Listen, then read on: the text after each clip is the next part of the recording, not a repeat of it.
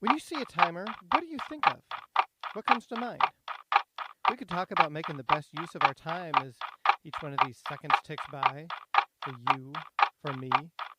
We know we're not getting them back. We know we have a limited supply of unknown quantity. I mean, look at them tick by. They're gone. For you, for me, we know this. But we also know there's nothing we can do about it, so most of the time, most of us, I think we just kind of shrug it off, right? It is what it is. Well, here's what I think of when I see a timer. A couple time related factoids. We toss a million and billion around all the time. We know they're big numbers, but it's easy to lose sense of the scale. So, how old are you when you become 1 million seconds old?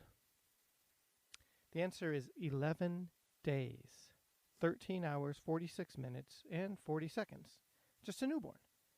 And a million seconds goes by, just like that. Not even 2 weeks. But you become 1 billion seconds old when you are 31 years, 251 days, 7 hours, 46 minutes, and 40 seconds. Really shows how much bigger a billion is than a million. Well, it's a literal order of magnitude, but to experience that on the human scale really illustrates the size difference. And so dealing with billions on a human scale makes me think of another clock you may be familiar with, the World Population Clock. As of this recording, we're at 7.6 billion peeps. And so you can quickly see here that for one person to live for as many seconds as there are living people currently, well, let's do the math and see. So, if you were to give every person 1 second of your time, the smallest, most insignificant thing, just a moment of your time, and look, of course, this isn't even feasible. It's really silly to even entertain it. It could never happen. But how long would you need to live to give every living person 1 second of your time? And never mind the logistics of getting every single person to willingly gather together in one place on Earth so that you could look them in the face for 1 second, because waiting in line for you would take their entire lives, and then they'd die, and of course by the time you're done with the whole line, there'd be a whole bunch of new people that have been born. To look at for a second, the whole concept is absurd, I know. But just to drive the absurdity home, you would need to live 240 years, 245 days, 2 hours, 13 minutes, and 20 seconds. And that's without sleeping, ever, or eating, ever. No bathroom breaks, no vacations. Of course, this could never possibly be done. Obviously, an absurd exercise to even entertain. It's abundantly clear that we have way, way, way more people than we have time.